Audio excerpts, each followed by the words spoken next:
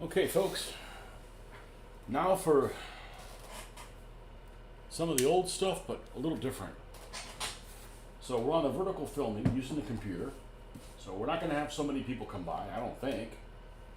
I think that's how the algorithm works. And actually, I had to think about how to start the video this way. It's been so long since I've done it. And let's go ahead and put all chat on here. But I need my phone for what I'm going to do. And I got some things that I want to put together. And yeah, we'll go from there. So you can find one of these that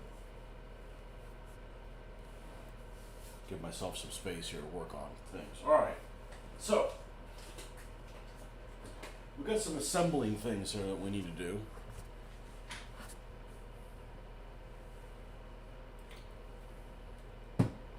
And like I said, I'm going to need my phone to surf.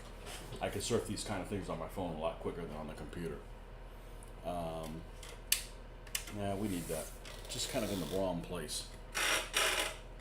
All right. So let's start off by lowering this table a little bit.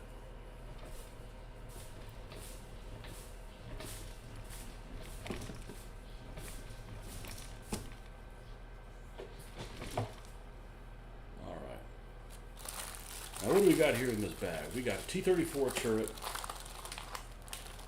a couple of T-34s, T-34 parts. So this is considered parts.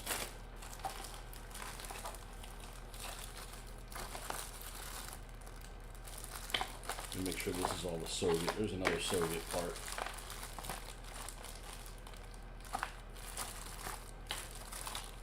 That's the first thing we're going to do is we're going to put together these T-34s. I think that was everything, wasn't it? No, it was not.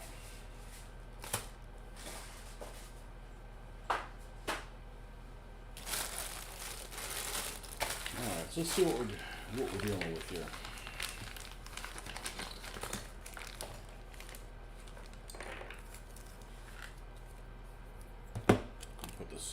Put the super readers on here. There we go. Okay, so we've got this Skytrex T-34 model 42, the Mickey Mouse turret kind, which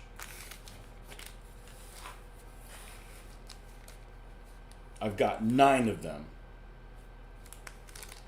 I think I have 9 for like the cursed time period. So I got lots of these already in green. So these are all going to be snow camoed.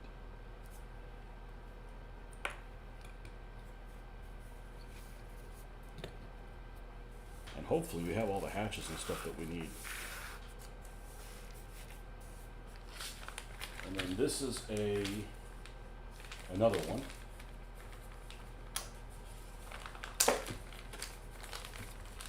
This is actually the final bit of the T-34s that I have here.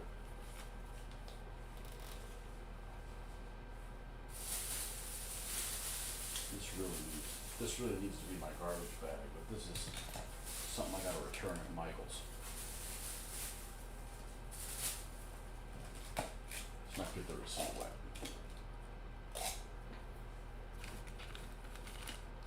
And these have a fair amount of flash on them.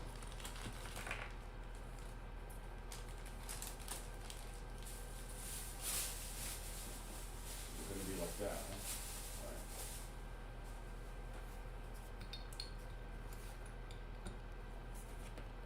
And then this T-34.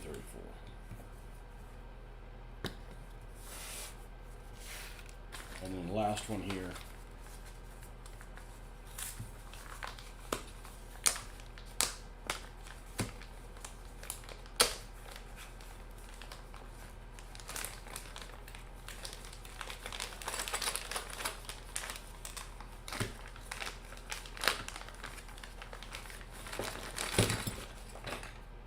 These are some of the first T-34 models that were manufactured, not these miniature, but the real ones, that were manufactured in the factories that got moved. So Russian tank production in 1942 was a bit lame, because the first part of the year, all the factories they had moved due to the German advance had gotten moved out of the way. So they weren't producing what they needed to. It wasn't until 1943 that when they were really, really cranking, and 44.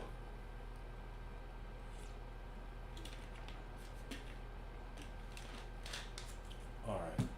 We don't need this empty bag. We don't need this empty bag. Now, this is the last bit of the T-34s, isn't it? So I'm going to just take all this stuff. And this is leftover things that have happened on all the other models that I have. All got all kinds of fake pieces of wood.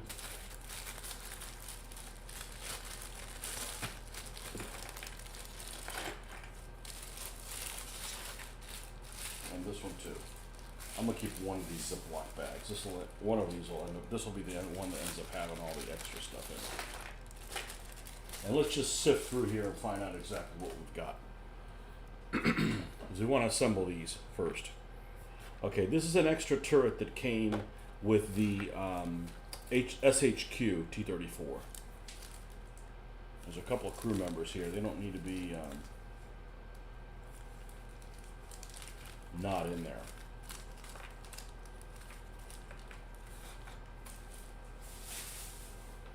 Alright, so let's go ahead and sort all this stuff. Get all our sticks here, and we're going to need our hand sanitizer because this stuff is high lead content.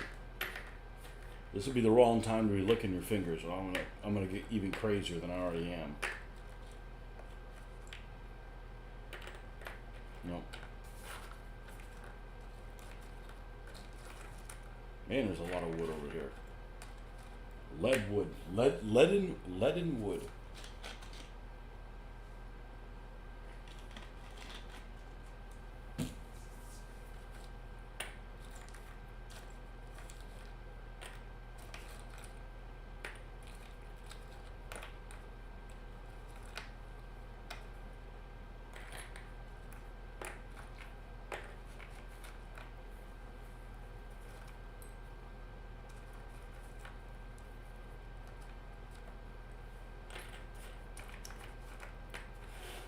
A lot. A freaking forest full.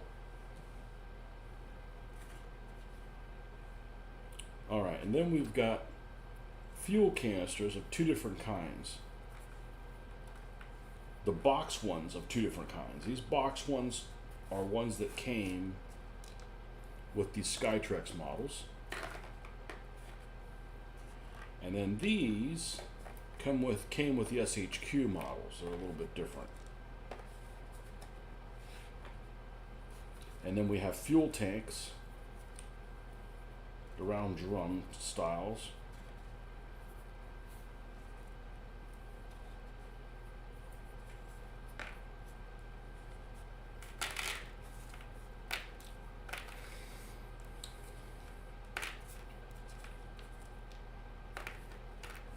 I don't think I'm going to make any of these with the hatches open. Warning. Here is a hatch that I need to mass manufacture. I believe this is the one for this one.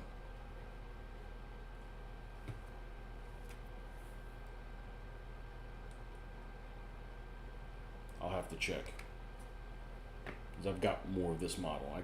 I was wondering where that piece was.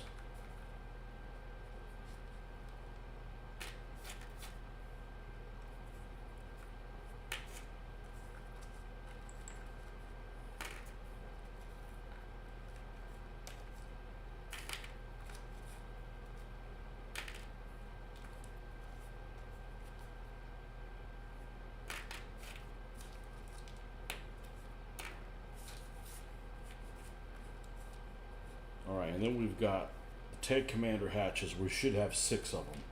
1, 2, 3, 4,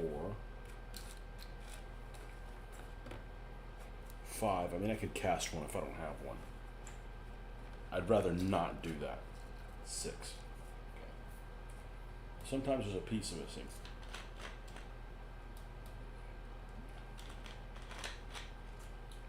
Okay, these are the plastic fuel ones that came with the Eschi model. Set them aside. I'll put them over here. They're a third category. And all these crew figures that are all exactly, all exactly the same. What's this guy? Why is this guy smaller? Exactly the same kind of figure. I think. Oh, he's smaller because he wouldn't stick as far out of this hatch.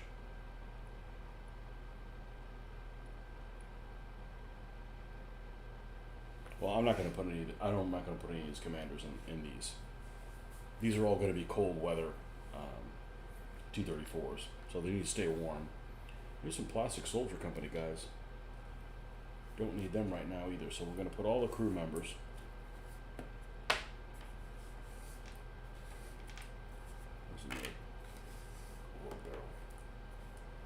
I don't know why I have a steering wheel of something.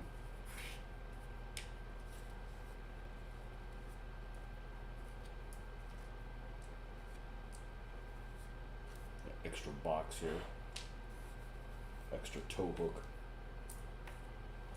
Alright.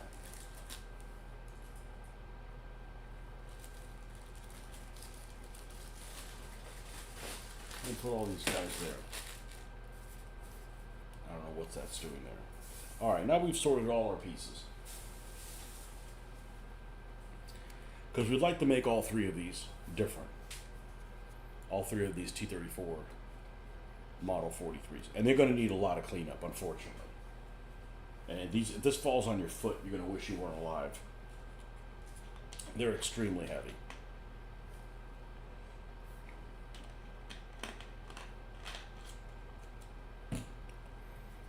And this is why I need my phone. Oh, we missed a dude.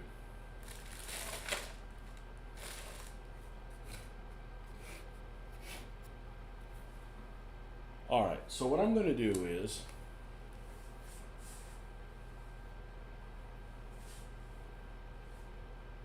I was searching for some photos today. Let's wash our hands. Let's get this stuff off our hands.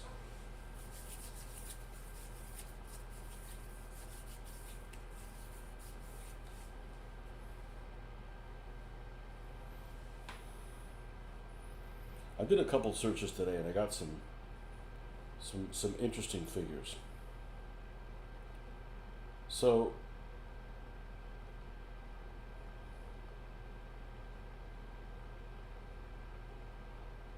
I'm going to do a search for winter Gewitter.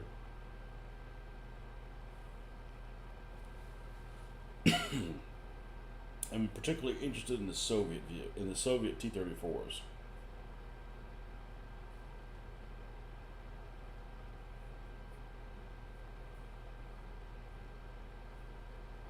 And believe it or not, most of the Soviet vehicles that I've seen that are for this don't have any camouflage paint on them. They just have like sand and stuff that's landed on them.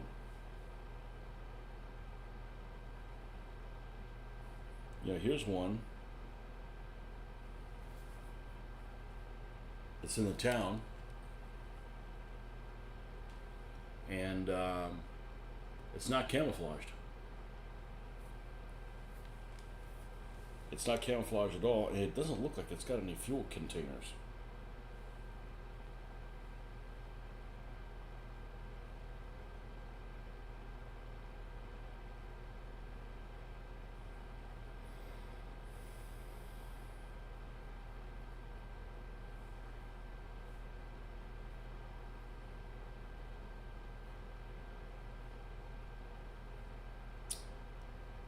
Well, this took me here, but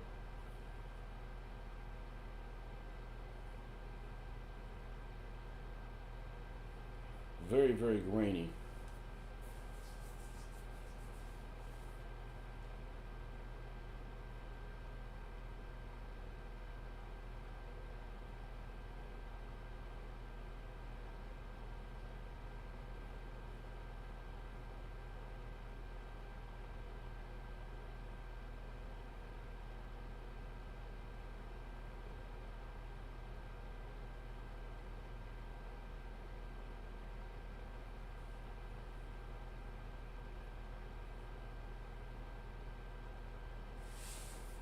And I was doing a deep dive today at lunchtime, trying to figure out with the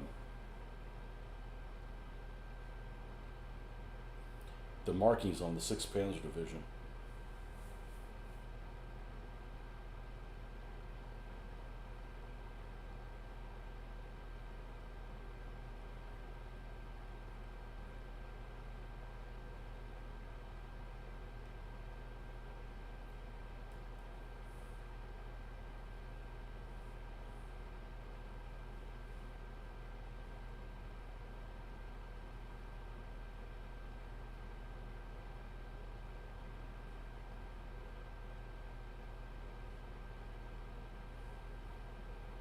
I can never remember what the name of this town is called, or how to spell it. Virnikumsky. Well, Russian isn't going to help.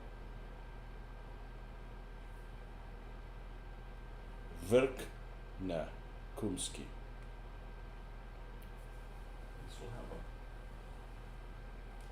a pen around here.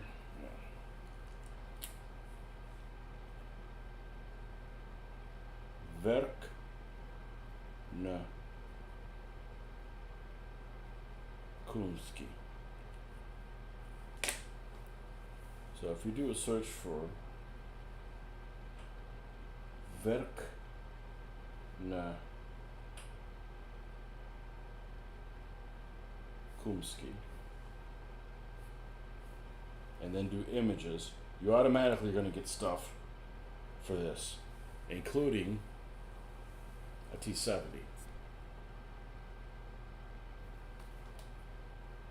Including a T-34 that decided to plow in through in a building. Again with a Mickey Mouse turret. It's called Mickey Mouse because it has 2 openings in the top, 2 hatches. When you flip them both open, if you look at it head on, it looks like the ears of Mickey Mouse. Hey, that's what the Germans called it.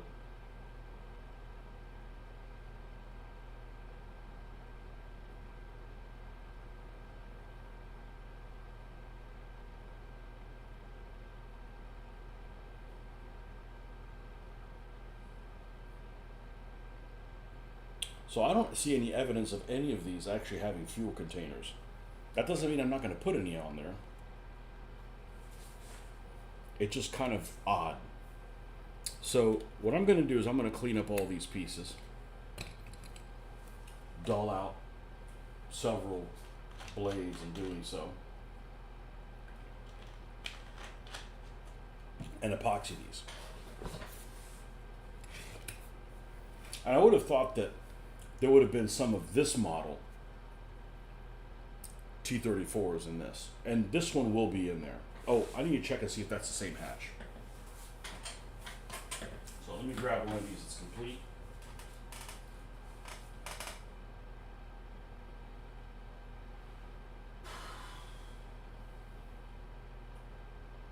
It is not the same hatch.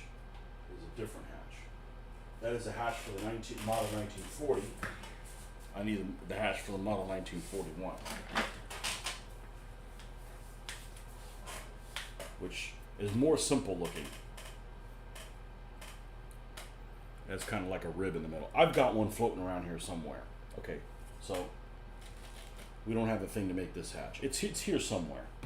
I just don't know where. Maybe with the other T-34 bins, but anyhow, this is a model 1941. T-34, and I think I've got this one, and I think one more of these that's going to be snow also. So, and actually this one I had to I believe this is a remanufactured hatch. I believe I didn't use the original one because I painted it and then I went back and put the hatch on. Well, if that's the case, then the mold for it is going to be in all the molds, because the only molds I melted down were the ones I used the other day, and I didn't melt those down. So somewhere I've got a bag of these molds, and I just just need to make, I need to make more hats. You need to make 2 or 3 of them out of green stuff, and they'll be just fine. It's not like they're going to be open or anything. They can look kind of crappy, and they'll be all right. All right, so let's clean these things up. For that, we're going to need one of these files, maybe this one.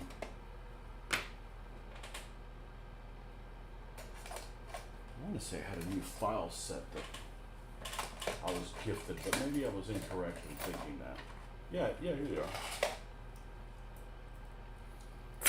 I didn't have those before.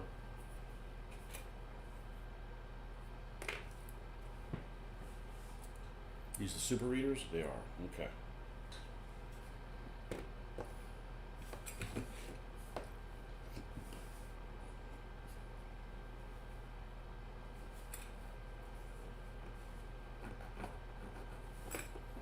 I'm still going to need a pair of this. And where's my people at? My regulars. I can't count on the weirdos that want to, see me eat a live cockroach. We're not filming vertical today.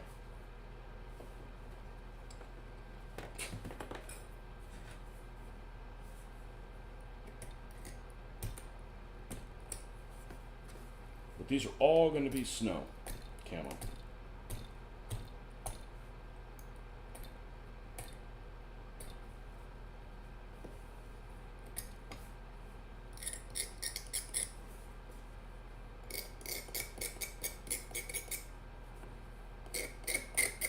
If you have problems going to the dentist and some scraping off flat plaque for your teeth, you're not going to enjoy today's session. It's a plaque scraping good time. These are all the same. I might as well just do all these.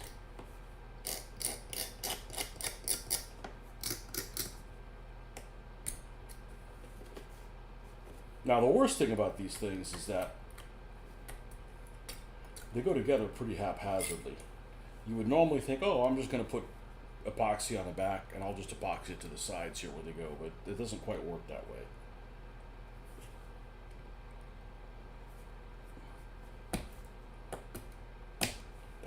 They actually don't touch the sides. It's a very sloppy fit. I don't know, it's so sloppy I wouldn't even call it fit. It just kind of sits there.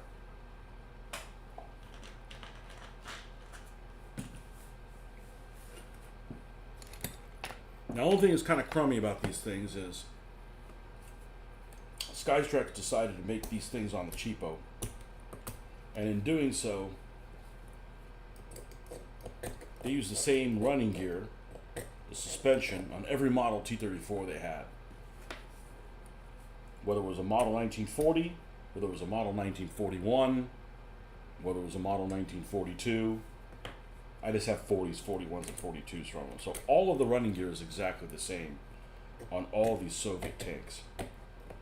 And the problem with that is the style running gear that they used is a kind that was really only used either very, very, very early in the war or very, very late in the war.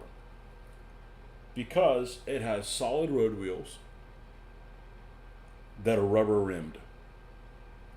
And one of the first things that you end up cutting corners on is putting rubber on wheels. And yeah, they work a lot better like this, but if you're running out of rubber, you're really trying to spit these things out so you don't get overrun by the Germans. You're cutting corners. One of the corners that they cut was removing the rubberized road wheels on them. They started appearing again like in 1944. But things that were produced in late 41 through mid 43, maybe even late 43, aren't going to have this kind of road wheels. Okay, they're going to have ones that, occasionally they'll have ones that are spoked or have holes drilled in them, either all of them or a combination of these and the other ones. But you're not going to see these type of road wheels on something other than like the model 1940 and maybe some model 1941s. Maybe some of these, but the ones that were made really early, you know, when the Germans hadn't invaded yet, are the only ones you're going to see in that boat.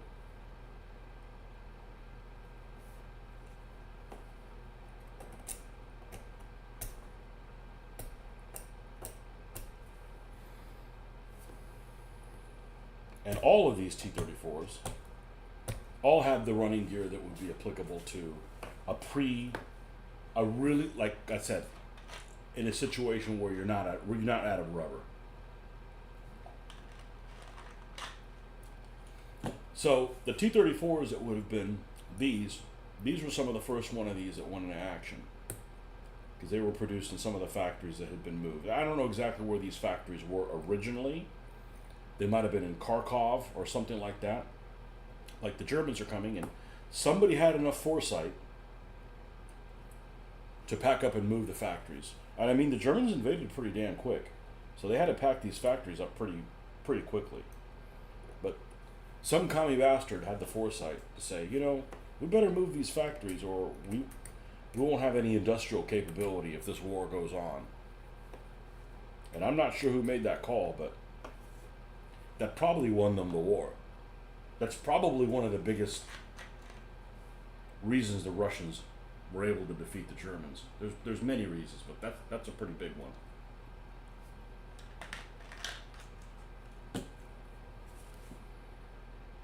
So these tanks all came from factories that were further east. In the Urals, there was a big factory complex in the Urals. Well, I'm covering some interesting information. There's nobody here to listen. Oh well, shit happens.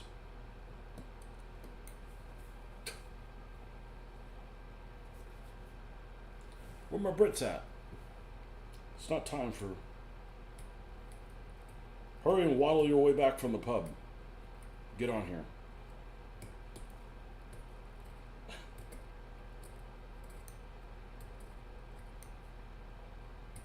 But anyways, these were some of the first model T-34s that came online after the Germans invaded from the new factories.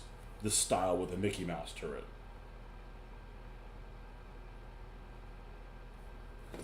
All that Mickey Mouse.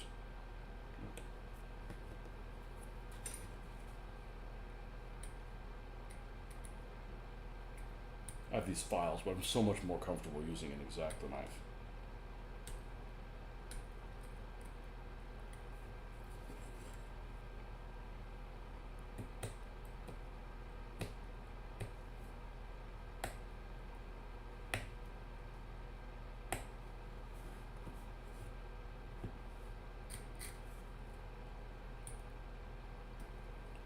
One of the factories that produced T-34s was in Stalingrad, and it produced until it couldn't produce anymore because the Germans actually took that factory. You know, they destroyed it in the process. It's not like, hey, we're going to crank out T-34s for us. I'm like, nope. There's basically, I'm pretty sure that there was no production at that factory for the rest of the war. I mean, Stalingrad was pretty much trashed.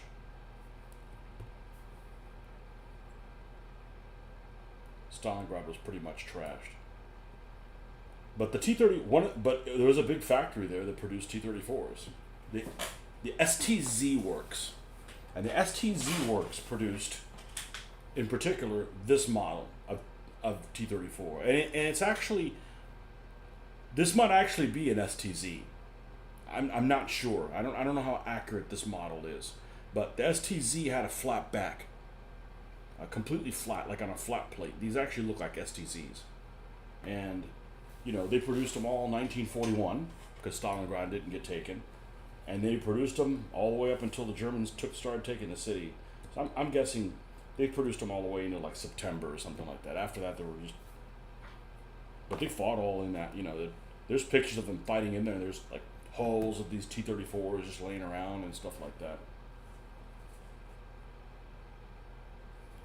But all of these particular T-34s, these are the Mickey Mouse turrets. These all came from the reestablished factories that had been moved from Kharkov, and I'm not sure where the other places were. I know Kharkov is one of them. Kiev, I don't know. I don't know if any of them got out of Kiev, if they had any there. But regardless, they went to this model that's, it has 2 hatches instead of 1. I don't know if the armor is any different. If anything, it's got a little bit more, but the turret is the main difference. And there's several different variations of turrets. One of them that's called the rounded turret is actually the CHTZ turret. Hey there, Marcus. The Chelyabinsk turret, CHTZ, and I've got a couple of those. Built up. CHTZ. Let's see if I can find a CHTZ turret. T-34. I only got a shitload of T-34s. Here's one. These are the ones I have from Skytrax. That's why I have the extra turret, because from SHQ. SHQ came with a hexagonal hard edge turret or the soft edge Chelyabinsk. Well, all of the Skytrax ones have the hard edge ones, so it didn't make any sense to do any of these, because I only had 3 of these. I did all of these in Chelyabinsk, and it's kind of a softer edge turret. And these don't have black lining on them, nor rustification, so whenever they go into action. But this running gear is what you would see in 1942 onwards. You'd have there's all kinds of variations, but you would see these 3 in the middle have no rubber on them, and they're all drilled out so they can save material. They're not solid like these are. And only the rubber ones on the end to kind of keep the vibration down a little bit. But this is a CHTZ T-34, and these really started coming out in 1943. But in 1942, these all came from the Urals.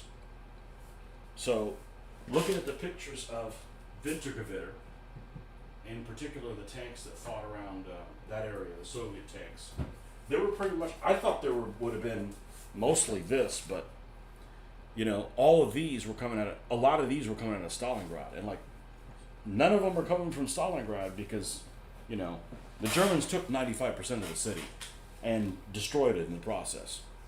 And it's like, we don't want it anymore. There's nothing there, It's like Swiss cheese without the cheese. Like there's nothing left. But this was the first time that these started going into action. This type of tank, and they were coming from the Urals. These T-34 Model 42s. Sometimes they're called 42/43s. These are sometimes called 41/42s. The third main iteration. The first one, I think, is really attractive, but it has a shorter gun. And they didn't actually make very many of them. They made like 400 of them. And then this one, they made thousands of them. And then this, they made like 3 times as many as those. Or maybe even more, 4 times as many. Because a lot of the factories that were producing the T-34, and the T-34 was a brand new tank, but a lot of the factories that were producing the T-34 had been moved. And like I said, like I was saying earlier, before Marcus came on, he, some head commie had the foresight to move these factories before the Germans got to them, and they wouldn't be able to use them, and that probably saved them the war. I mean, there are a lot of contributing factors, but that's a pretty big one. Because the Germans didn't go on a full war footing producing things until mid-43, 44. And even in 1942, the Germans actually outproduced the Soviets on tanks. Because they controlled all, they either got to the factories before the Soviets moved them away, or they moved them away and they're rebuilding them in the Ural Mountains out of sight of range where they can just crank things out. So the Germans actually had more AFVs come out in 1942 than the Soviets did. That's like, I think, the only year. All the other years, the Soviets outproduced them. But this thing's got a whole lot of flash on it, but I would have thought there would have been some 41s or whatever. Well, there was going to be one, because that one's going to go to that front. But this little T-70 that we painted this morning, this will go over there for fight over Vernikumsky and places that are as weird as that. Mishkova bridgeheads. So I was doing a deep dive today. Lend-Lease might have helped. Those factories were coming full steam. Once they did, it was massive production. Well, I think the thing that helped them the most, well, there's a lot of factors, but one of the things that helped them the most is,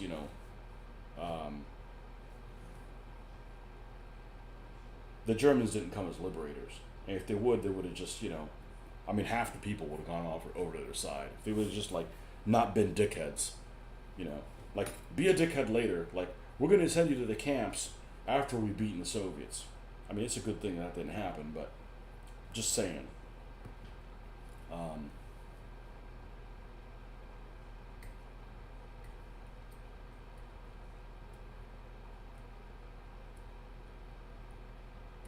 There's a lot of Lend-Lease that went to the bottom too.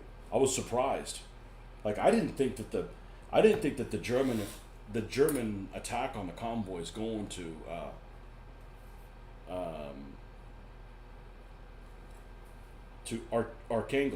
Arkhangelsk, Murmansk. The Murmansk convoys was that effective, but man, they sank a lot of things. There's a lot of things that didn't make it. That's when Lend-Lease came in. The UK and the US could fob off their obsolete tanks to buy time. Well, they gave them... I wouldn't say the Valentines were obsolete. They were state-of-the-art for that time, but anyhow. Good, we got some normal people back. Well, we had to film, in horizontal, because I got to use my phone for surfing. So I did a deep dive on the 6th Panzer Division. And I'll be damned, there's hardly any photos of them. So I've got the composition. I did read far enough in Scheibert's book to realize he's a sixth company commander. He's a commander of the 6th company. So his tank would have been 600 or 601. More T-34s. Yeah, man. These 3 are going to be for snow. And it was really interesting because it's when the 6th Panzer got to its assembly yard in this area, the Soviets were already attacking the rail yard. And when they finally did get the tanks out, they ended up, I hate doing this part right here. I absolutely detest doing this part, but I got to get rid of that machine gun. Because it's got a piece of flash underneath it. But the Soviets were actually attacking the rail yard while the Germans were disembarking. And they were sending the tanks out. And where is the big old Kniffy? Here it is. Big old nasty. And they actually had one of the battalions go in, and it went in with Company 1 and 2 and 5 and 8 or something like that. So it didn't go with 1, 2, 3, and 4. So they had mixed companies in the 1st battalion. It talked about that. So there's some real granular detail in there. This thing is seized shut. I will break you. There's some real granular detail in that account, but he was the commander of the 6th company, so more details to follow. But as far as I can tell, it's going to be big numbers on the turret, and they're probably going to be hollow black. Kind of hard to figure it out, but I think that's going to be my best guess. Well, I have another one.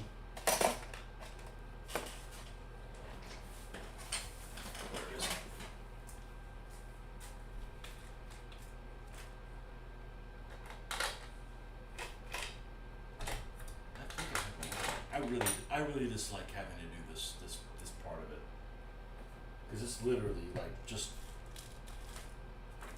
a shitload of horsepower. I'm having to,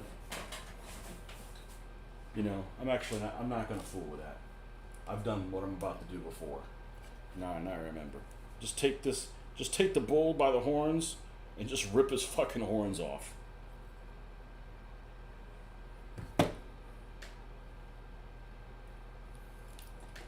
No, I have one because I bought the things for him. I even used them.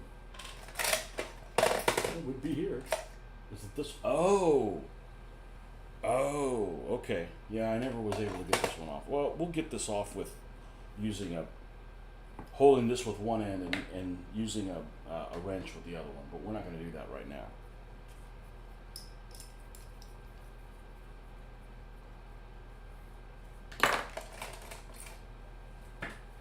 So there's some good details in that book. Probably better than anything I've read on anything before. So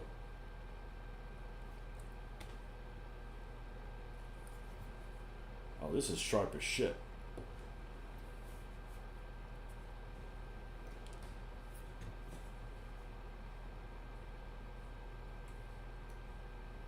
And the Soviet Union that was attacking them first was the 85th Tank Brigade, which I have a feeling was half T-34s, half T-70s.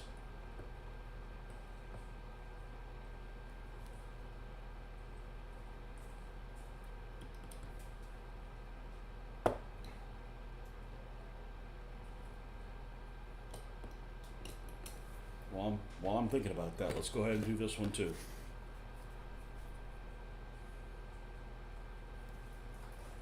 These are some blades I recently got. Somebody at the hobby meeting was like, hey, I got this stuff that somebody donated to us.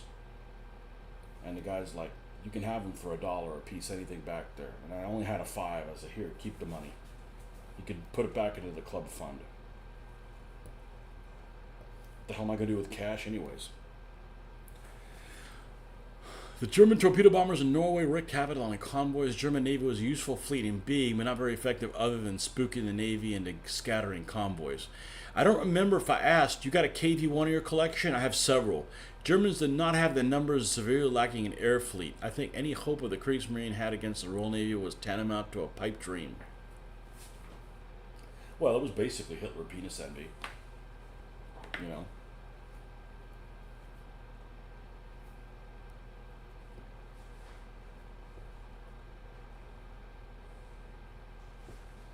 Yeah, the Germans had a good air fleet, but the problem is they needed them everywhere. I was really surprised about the whole Tunisia thing. I had no idea that the Germans actually had air superiority for a while in Tunisia. As a matter of fact, where I left off on my book, they still have air superiority. I'm like, wow. Well, I guess they hadn't taken enough losses they couldn't replace.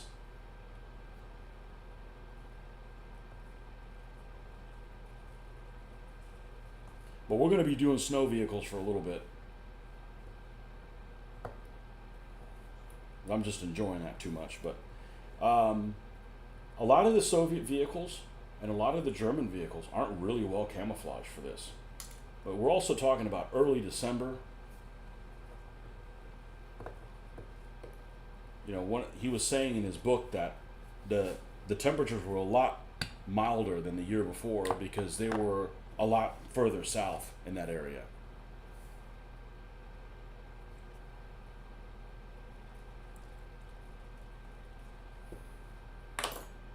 And it wasn't as bad a winter too. I mean, the winter of 41 was a bad one.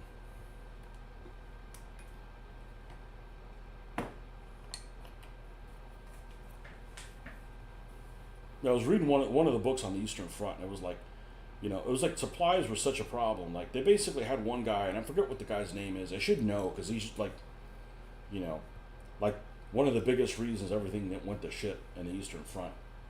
But whoever this guy was, he was some Reich Marshal.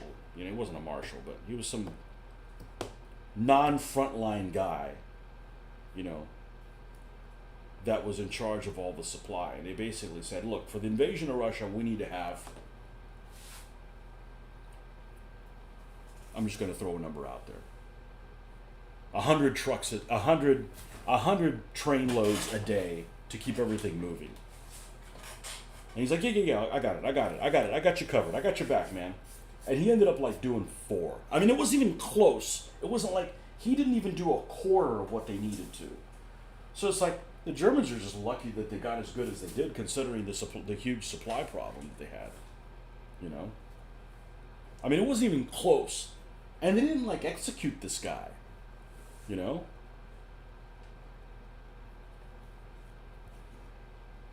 That's as far as what I can tell the biggest difference between the Soviet high command and the German high command. There's exceptions to everything, but there's lots of guys in the German high command that didn't perform, and they didn't get axed because they were a good Nazi. You know, Goering fucked up all the time. They didn't get rid of him. You know, this guy, this supply dude, whatever his name is, he had like a normal name like Wagner. His name wasn't Wagner, but it was, you know, it wasn't something like really memorable. Whoever this guy was, and I'm like, he didn't even come close to delivering, and they didn't send him to a death camp or anything. They're just like, okay, well, you're still a friend of the Reich, yeah, okay. You know, it's a buddy system, and I mean that happened in Soviet Russia too, but it was really evident.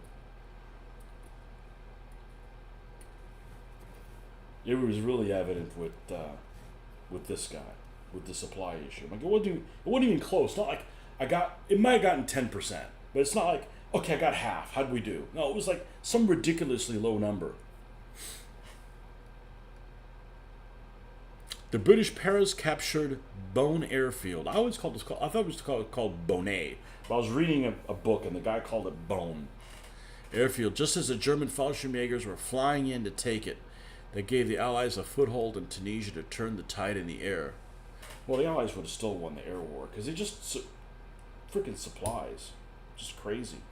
Like I was looking somewhere and I was floored how many aircraft the Britain built.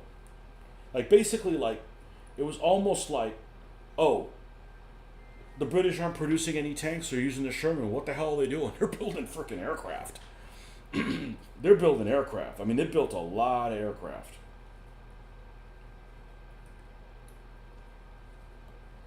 I mean, they built some tanks too, but not compared to aircraft. And, you know, aircraft to me is kind of like the forgotten front.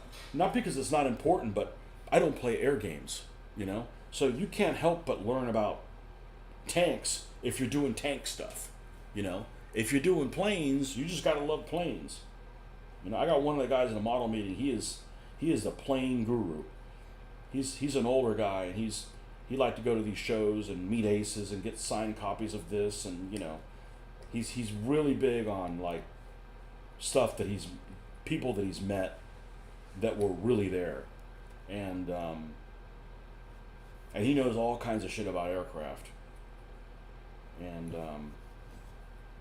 I don't know. I mean, I know more than somebody off the streets, but that's not saying anything. But you know, I know what I've learned what I have from the wargaming that I've done. So I remember one of the first flight simulators I got for my first computer was called Combat Flight Simulator by Microsoft. You know, they had always done the flight simulator stuff. Well, they decided to do a combat flight simulator. And I could get this wrong, but it was a very limited amount of planes you could fly. You could fly like a P-51 and a Hurricane. See, I pronounced it that way for you. And a Spitfire and a 109. I think a Focke-Wulf, and like a P-51, P-38. I don't think you could do a P-47. And in that game, you're like, oh, I'll play Messerschmitt because they were pretty good. But they're boom and zoom. So you know you can't. I didn't know that Messerschmitts were boom and zoom. You know, you just go in really fast at somebody. Hit them, and then you know take off, and then just keep going back and forth as opposed to dogfighting. They're not terrible dogfighters, but there's, you know, it's not like you're dogfighting with a Stuka or something. You know, they're not terrible dogfighters, but you know they can't dogfight as well as a Hurricane or a Spitfire. So, and you know, when you're playing a flight simulator, that's when everybody's just looping in a circle trying to get behind everybody's ass. So you'd play these multiplayer games and you'd have two teams and everybody's in hurricanes because they're the tightest turning plane. You know, it's like, okay, well, that's old. You know, that gets old. But, you know, you look at any kind of game that involves, like, stats with Air Force, or when you're moving stacks of Air Force, even something like Europa or something like that, something so zoomed out, and, you know, there's nothing wrong with the German aircraft, but on a tactical level, you know, they're not dogfighters. Something nobody would know unless you're, like, into, like, planes and shit like that. So there's a couple things that are fun in games, but if you're going to play them in a simulator, they're extremely tedious. Like, for instance, if you're playing a game with any kind of submariner, but we'll just use somebody that's in a wolf pack or a U.S. sub. And I used to have a friend of mine who I'd go to his house. I didn't have a computer yet, and we would play video games. This thing's sweating like a pig. Let's put this over. Let's put this here. And he would go and, like, he'd spot a convoy, and he'd have to go and get in front of the convoy, right? And he wants to attack it from one angle, but he's on the opposite side, so he's trying to do an end around. Oh my God! I mean, who's got that kind of patience? I mean, that's like, you know, Chinese pebble torture.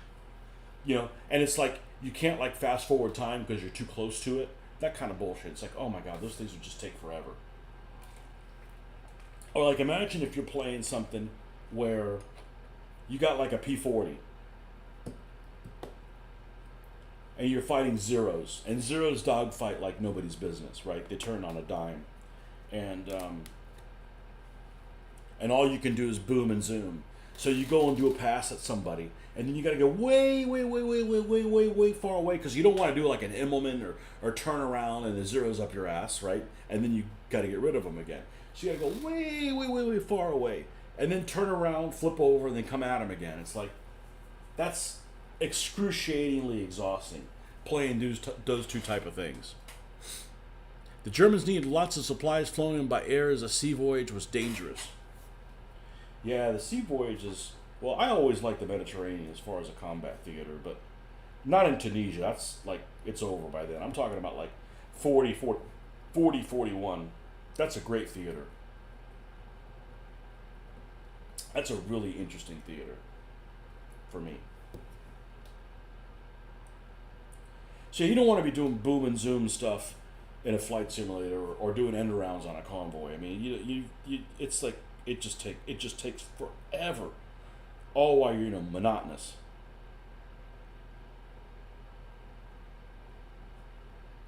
I never liked flight simulators. I always wanted to go after warships.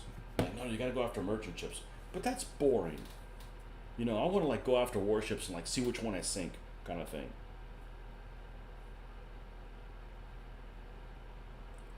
You know, playing, which one was it? Aces of the Deep. Aces of the Deep, and I get in some U-boat and I go park in Scapa Flow. I'm like, and I go there and they're like, there's no battleships here. I'm like, well, this game's broken. Like, literally the first thing I do, I'm like, I'm going to Scapa Flow. Why? It's an anchorage point for big boys, right? So I'm going to go there. It's empty. All right, we'll just wait here we'll wait a couple weeks. Nobody ever showed up. We're like, okay, this game's broken. I want to hunt warships. You know, go to Gibraltar. Like, okay, Force H has got to be here somewhere. What's up, Ben? I know where things should be in the game, and if they're not there, the game's broken. Like, come on, I know more about this game than the people that designed it. Get your act together, folks.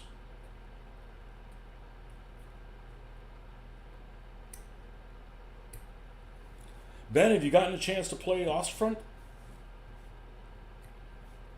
We'll just call it that.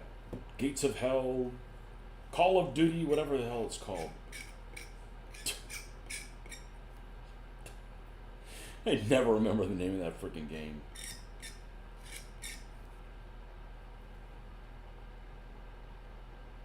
It's got some hokey stuff in it, but it's kind of cool to, like, you know, knock out a BT-7 or something, and then go and send your crew over there to fix it, repair it, and, you know.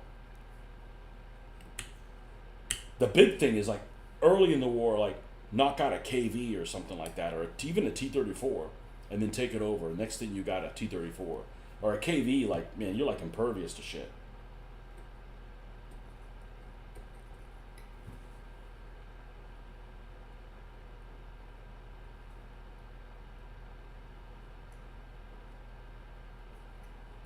There's so much bloody flash on this thing.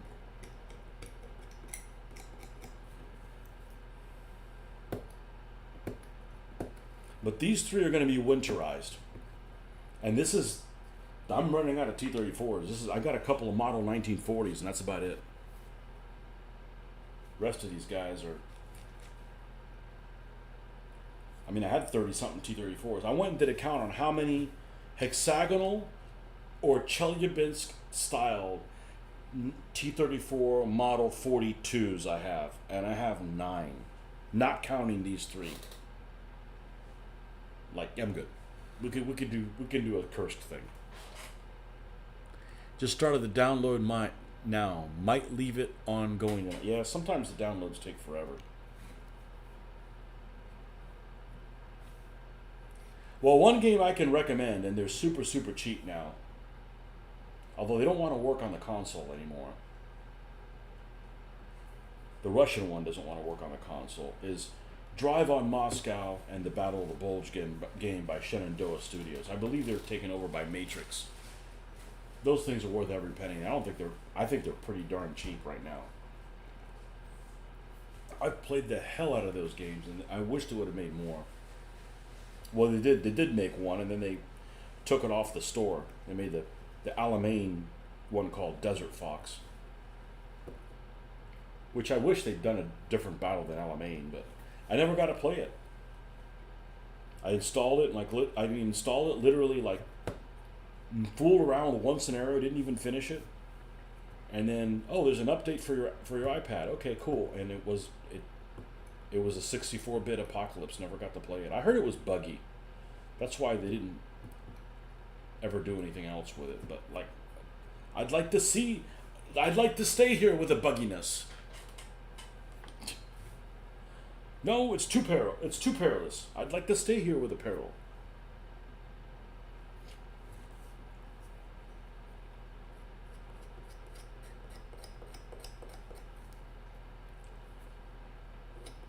Those games are great. And they look really simple, but man, they're deep. I mean, you have a lot of options. There's a lot of ways to skin a cat.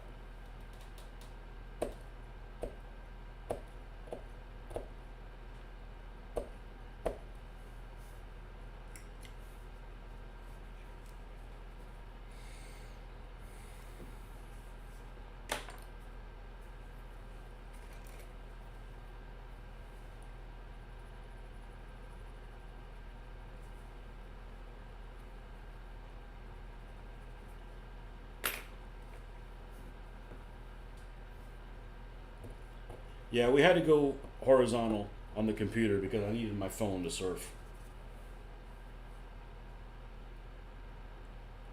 Today is just we're just assembling stuff because we're going to spray these guys down. I may have to take a break for dinner, but we're going to spray these guys down. We're going to do all the GAZ trucks that are, how can I say this? They look like ass. They're terrible.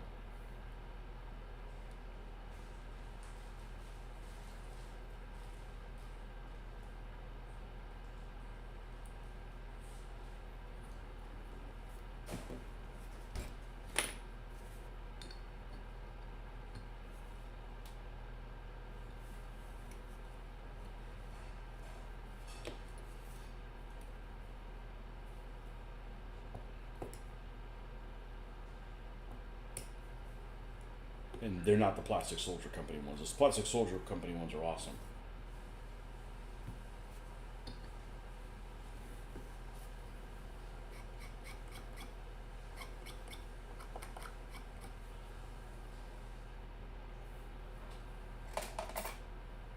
That is mein file. The good one. I guess I'll use this one. I don't know how durable these things are. I got these from a grab bag at the holiday party.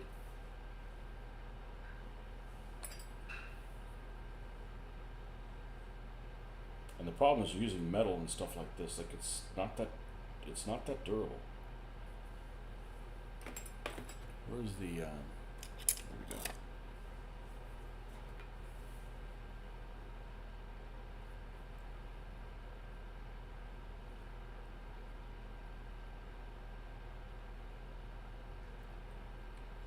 Ben, you're going to use that rule for those rules for the Spanish Civil War, Russian Civil War, called what is it? The one that those people did, called Red Actions.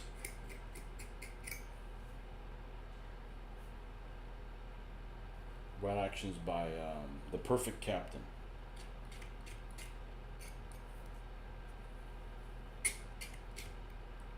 I don't think that's a skirmish game though. I'm pretty sure it's not. I don't know what you're moving around, squads or something like that. All right, that one's done.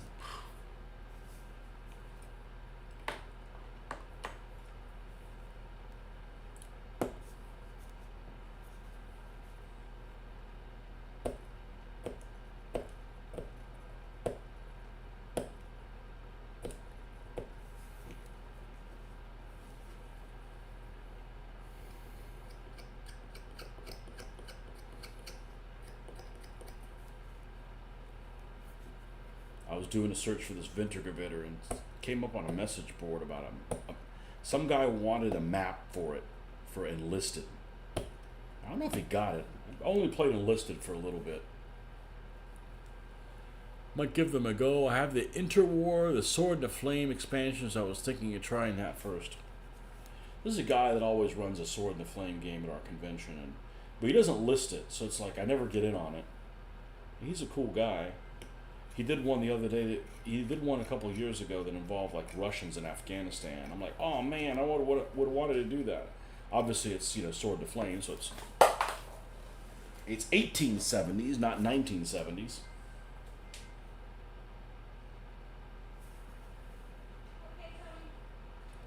You ready for me? All right. Well, I got a break for dinner, so we'll probably pick this up later on tonight, maybe, and. We got Tankograd happening here. All right, folks, thanks for stopping by. We'll see you guys on the next one.